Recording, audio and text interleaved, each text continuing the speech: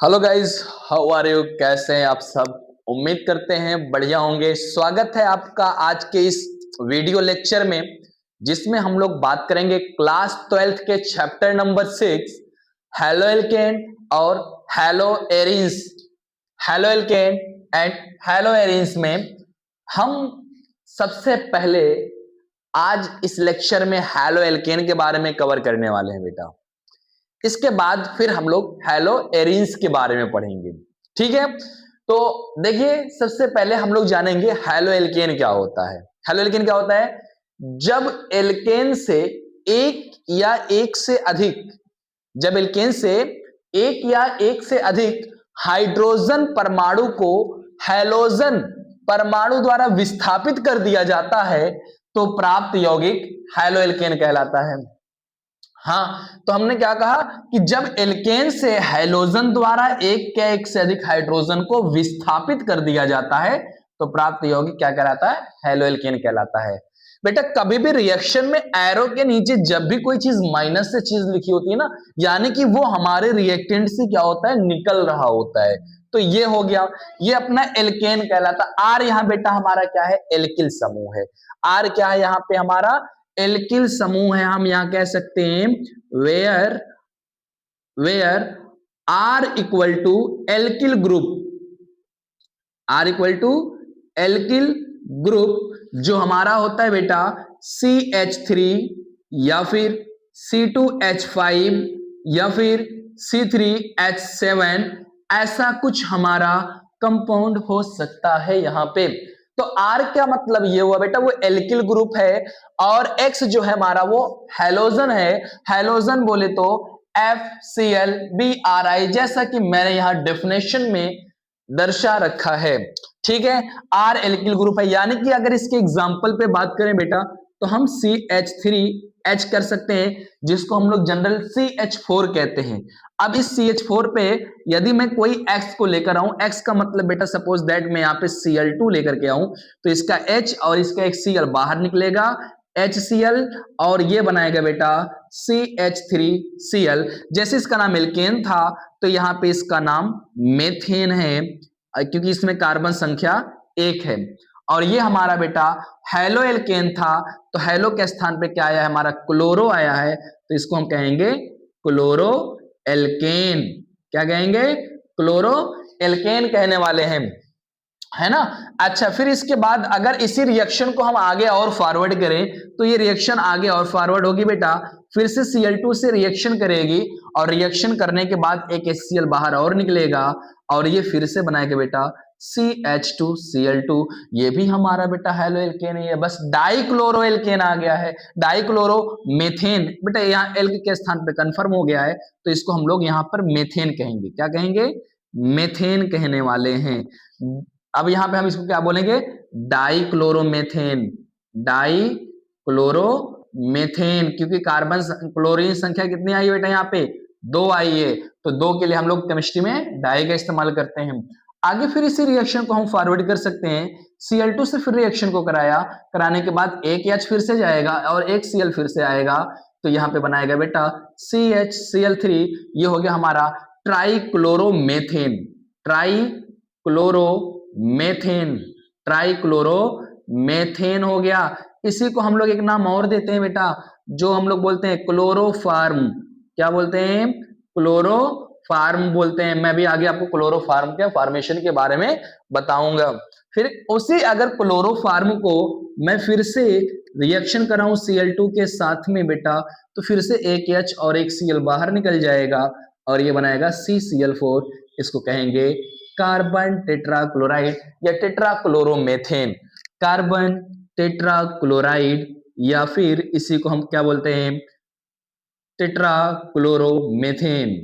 ठीक है, तो ये था बेटा जिसे हमने डिफिनेशन में कहा था कि जब एल्केन से एक या अधिक हाइड्रोजन को हैलोजन द्वारा विस्थापित कर दिया जाता है, तो यहां जितने हाइड्रोजन थे हैलोजन द्वारा हमने सबको विस्थापित कर दिया है। ये हो गया हमारा हेलो एल्केन। तो यहाँ पे इसके कुछ एग्जाम्पल हैं, इस एग्जाम्पल को आप लोग कॉपी करिए।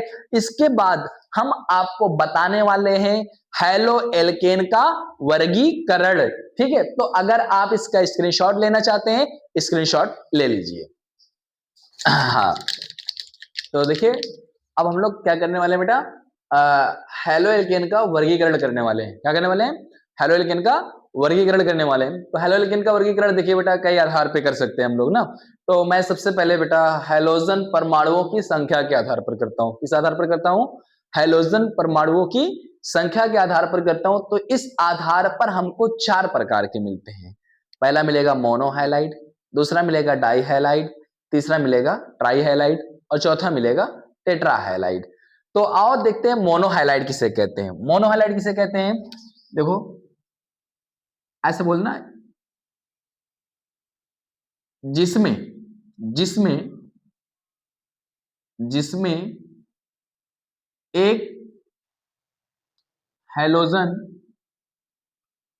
जिसमें एक हैलोजन परमाणु उपस्थित होता है, उपस्थित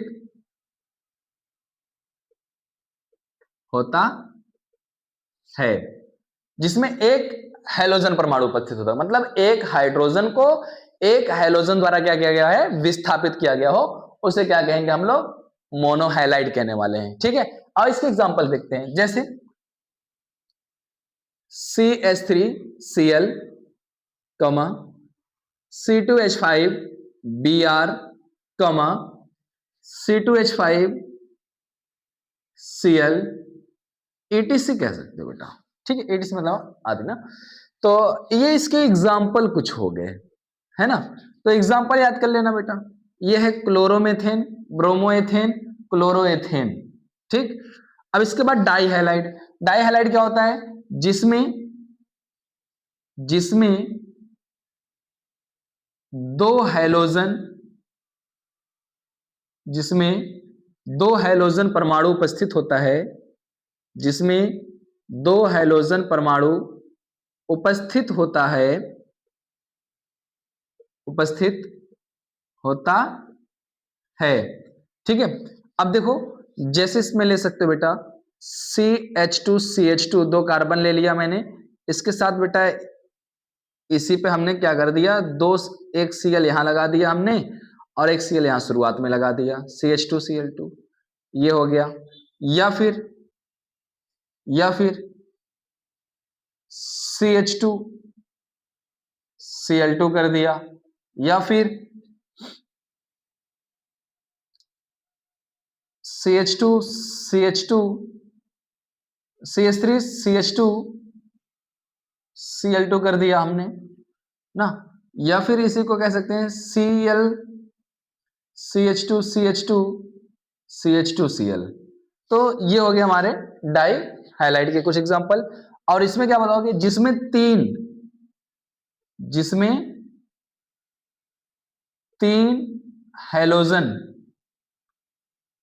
तीन हैलोजन परमाणु उपस्थित होते हैं, जिसमें 3 हैलोजन परमाणु उपस्थित होते हैं। देखिए बेटा ये लोग हम लोग क्या पढ़ रहे हैं? शॉर्ट वीडियो पढ़ रहे हैं ना, इसलिए शॉर्ट में एकदम नोट्स बना रहे हैं ना। जिसमें 3 हैलोजन परमाणु उपस्थित होते हैं। ठीक है, इसके एग्जांपल CHCl3, क्लोरोफॉर्म सबसे बेस्ट एग्जांपल इसका बेटा। आइडोफॉर्म हो जाएगा CHI3, ब्रोमोफॉर्म CHBr3। ठीक है, एक कार्बन के साथ बेटा जब 3 हैलोजन लगे तो उसको हैलोफॉर्म कहते हैं। क्या कहते हैं? हैलोफॉर्म कहते हैं। ठीक है, ये हो गया। अब क्या होगा? जिसमें टेट्रा हैलाइड क्या होगा? जिसमें 4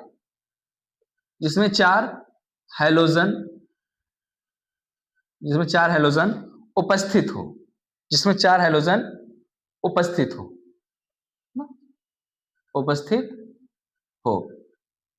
ठीक है, इसका एग्जांपल बेटा सबसे बेस्ट है CCl4, कार्बन टेट्रा क्लोराइड। ये था बेटा on the basis of halogen atom number, पर हैलोजन परमाणुओं की संख्या के आधार पर इसे 4 वर्गों में बांटा गया। पहला था मोनोहैलाइड, जिसमें एक हैलोजन उपस्थित होगा और दूसरा है डाई हैलाइड जिसमें 2 हैलोजन परमाणु उपस्थित होगा, तीसरा ट्राई हैलाइड जिसमें 3 हैलोजन परमाणु उपस्थित होगा, और चौथा है टेट्रा हैलाइड जिसमें 4 हैलोजन परमाणु उपस्थित होने वाले हैं। फिर देखिए दूसरा बेस हम लोग क्या पढ़ने वाले हैं, दूसरा बेस पढ़ेंगे हैलोजन परमाणु युक्त कार्बन की प्रकृति के आधार पर। देखिए कार्बन की प्रकृति के आधार पर जब हम लोग पढ़ेंगे तो यहाँ कार्बन की प्रकृति के आधार पर हम लोग primary carbon, secondary carbon, tertiary carbon, quaternary carbon पढ़ते हैं, ठीक है। लेकिन हम लोग यहाँ क्वाटरनरी नहीं पढ़ने वाले हैं क्योंकि कार्बन की वैलेंसी 4 ही होती है, संयोजकता 4 ही होती है, तो 4 में बेटा एक तो हैलोजन ले लेगा तो 3 बचेगा, तो उसी बेस पे हम लोग को पढ़ना। प्राथमिक कार्बन, इसमें क्या बताओगे, जब हैलोजन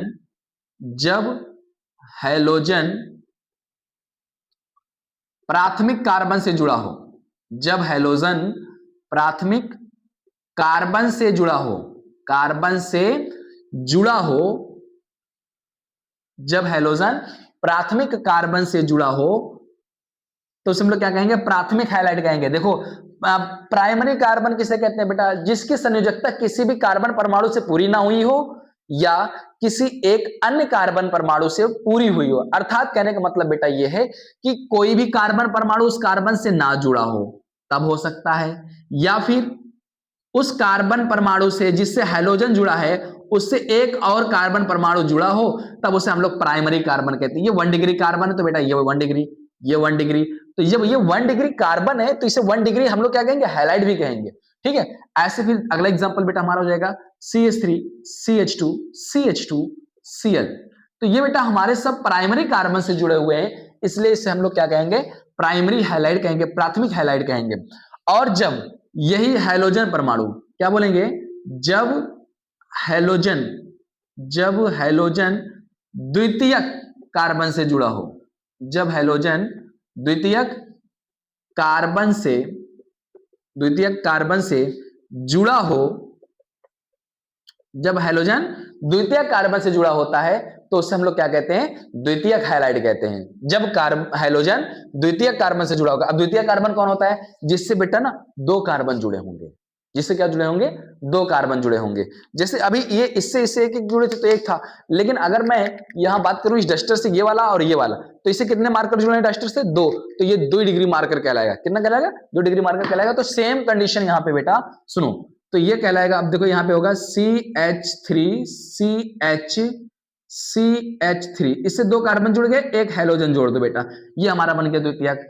अब इसी पे क्या हो गया, देखो CH3 CH2 CH, यहां मैंने Br लगा दिया बेटा, तो ये भी हमारा क्या हो गया, 2 डिग्री कार्बन हो गया। यहां लगाते तो 1 डिग्री, ये वाला हमारा 2 डिग्री, ये वाला हमारा 2 डिग्री, और ये वाला हमारा 1 डिग्री होगा बेटा, ठीक है।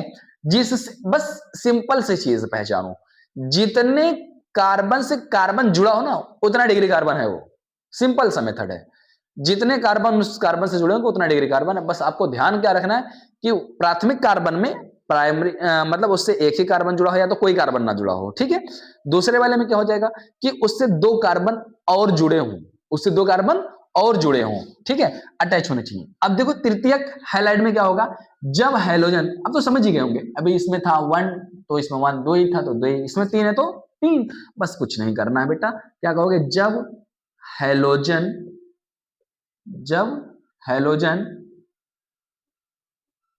तृतीयक कार्बन से जुड़ा हो, सिंपल है, जुड़ा हो, जब हैलोजन तृतीयक कार्बन से जुड़ा होगा। जैसे आपने कहा कि जब किसी कार्बन से कोई कार्बन नहीं जुड़ा है या उससे एक अन्य कार्बन जुड़ा है तो उसे प्राथमिक कार्बन। जब आपने कहा कि जब किसी कार्बन से 2 कार्बन जुड़े हो तो उसे द्वितीयक कार्बन। तो तृतीयक कार्बन क्या होगा, जब किसी कार्बन से 3 कार्बन जुड़े हो तो उसे तृतीयक कार्बन कहेंगे। तो ये हमारा बनेगा बेटा, देखो CH3 और ये CH3, देखो इस कार्बन से 3 कार्बन जुड़ गए ना, तो अब अगला हम यहाँ पे लगा दे Cl या लगा दो बेटा इसी के साथ Br। देखो CH3 CH2, इस C से बेटा ऊपर एक CH3 लगा है, एक CH3 नीचे लगा है, तो इस कार्बन से देखो कितने C अटैच है, एक इधर एक इधर एक इधर, 3 कार्बन अटैच है, तो ये 3 डिग्री कार्बन हो गया। इसके साथ हमने लगा दिया Br, तो ये हो गया बेटा हमारा Br। तो ये हमारे हो गए तृतीयक कार्बन। तो ये थे बेटा, पहला हमने पढ़ा हैलोएल्केन का वर्गीकरण।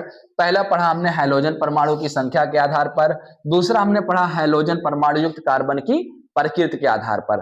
अब जो हम लोग तीसरा पढ़ने वाले हैं, तीसरा पढ़ेंगे बेटा एस कार्बन और हैलोजन के मध्य संकरण के आधार पर। इसको कॉपी करिए, फिर मैं आपको नेक्स्ट टॉपिक पर उसको बताता हूं।